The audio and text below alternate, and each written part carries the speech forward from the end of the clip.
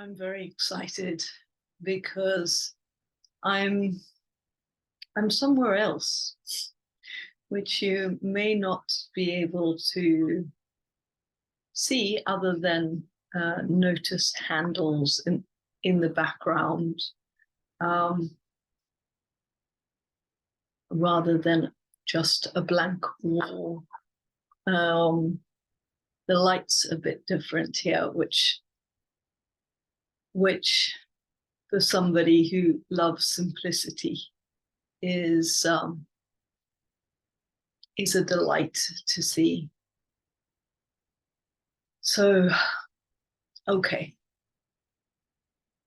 I'm sharing today just before the sun goes down, and I've come around the other side of the mountain, literally.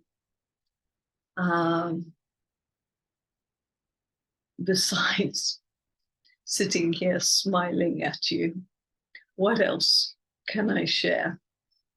So,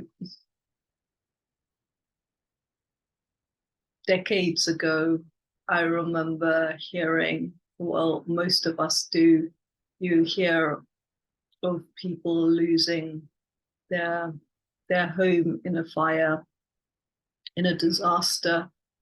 It's a problem for so many people, ongoing, and seems to be increasing. But it's always been something that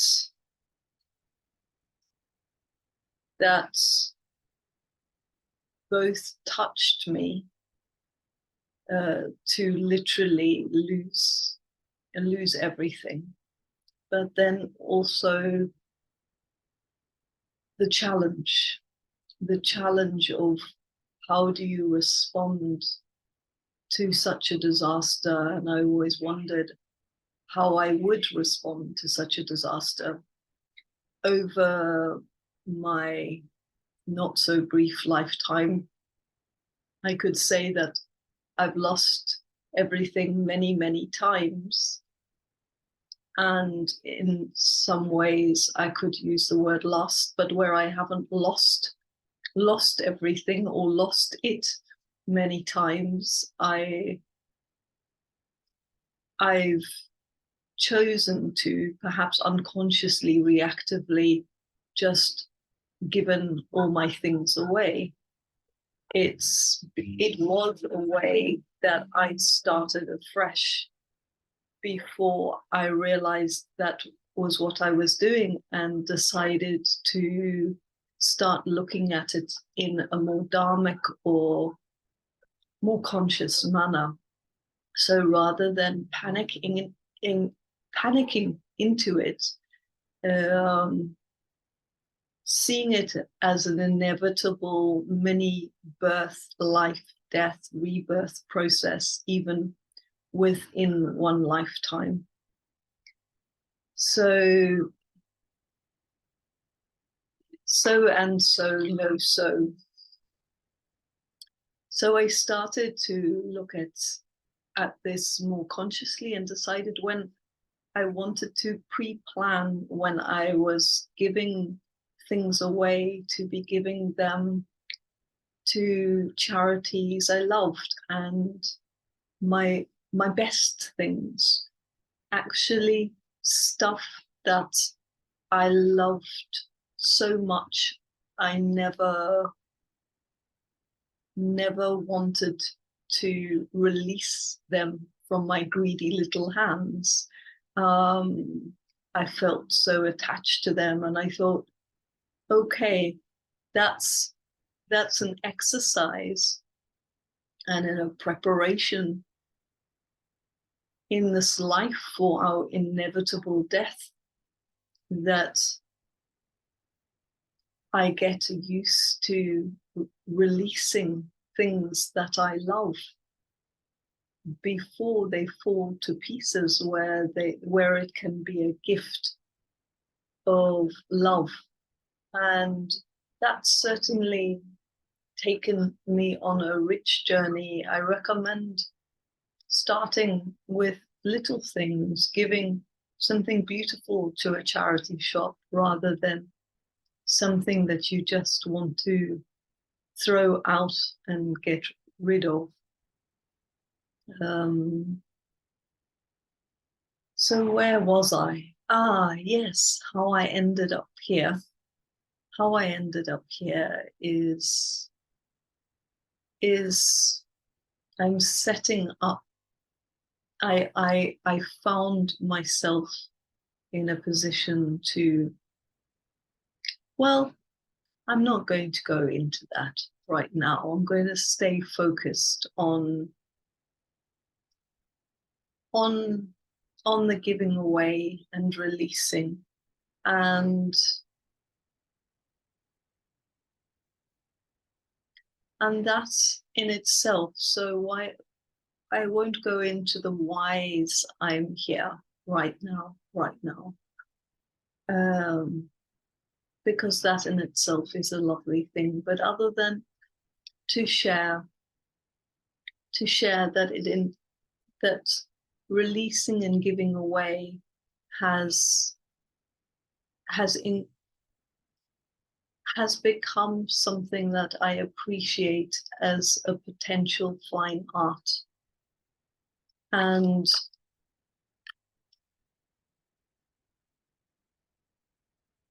so every time I leave home, I now, not every time, but whenever I leave home and I give it some thought,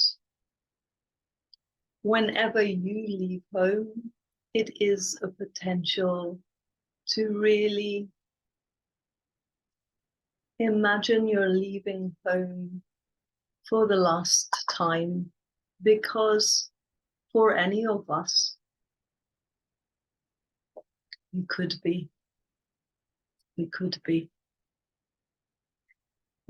be, but even if we're not, what an amazing opportunity to have such closure that our affairs are in order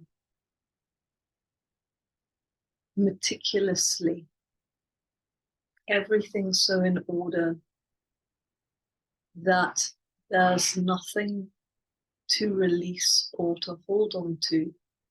We can stay delighted by the enjoyment of life and what life brings us, and objects, feel gratitude for being able to have shelter, to be warm, to have facilities at our within hand's reach, but not to feel that we can't live without them if they go. And the same with us, that we live lightly. So yeah, I've been experimenting with this for quite some time, and as you can perhaps see, I'm starting to calm down a little. I was a bit nervous at the beginning of this sharing because it's a new place and it's a new experiment.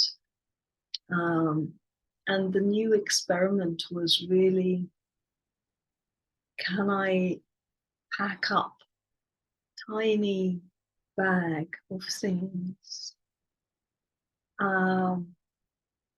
and bring my essentials with me out and about and continue being me and doing my work and doing what I love, but not feel that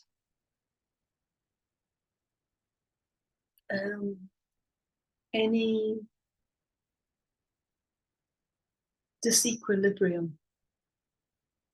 through change. So that's it, and that's probably enough for today. So here I am, enjoying a cup of tea, wonderful rooibos tea. and looking at sea and mountain view,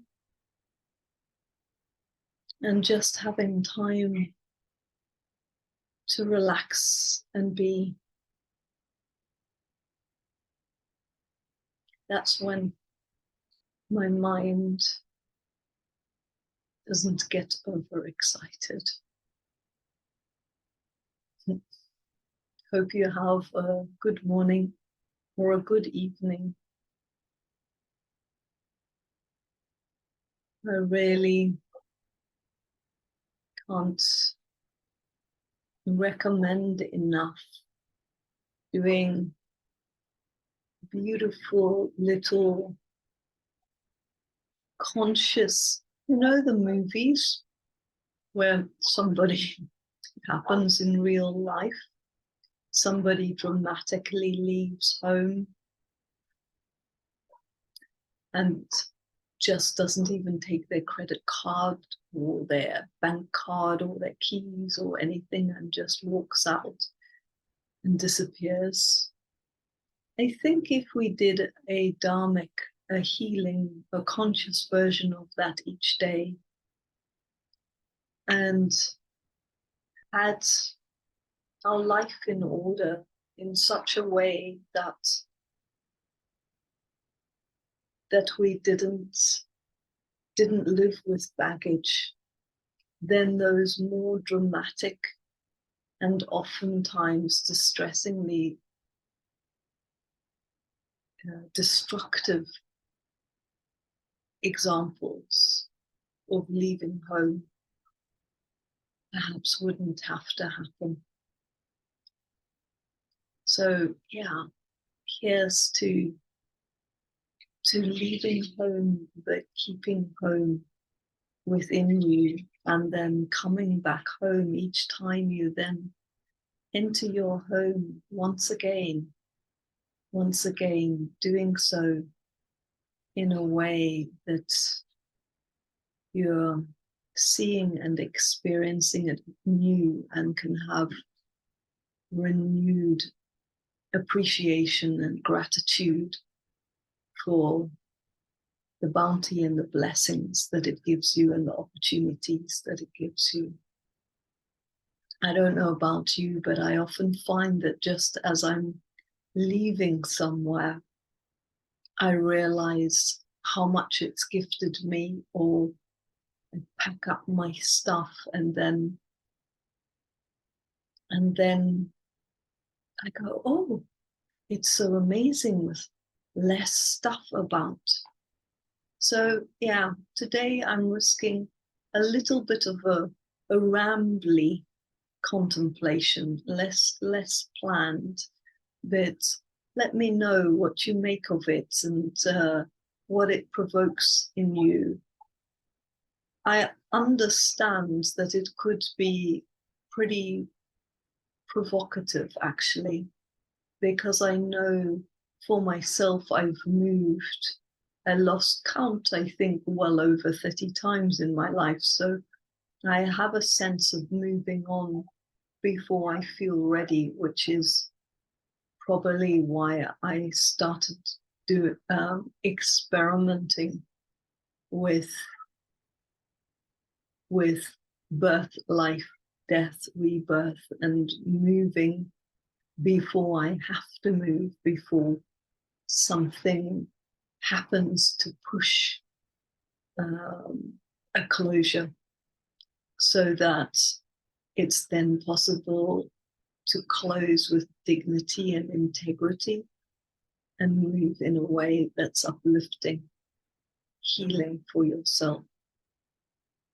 Sat Nam, Sat Nam, Sat Nam.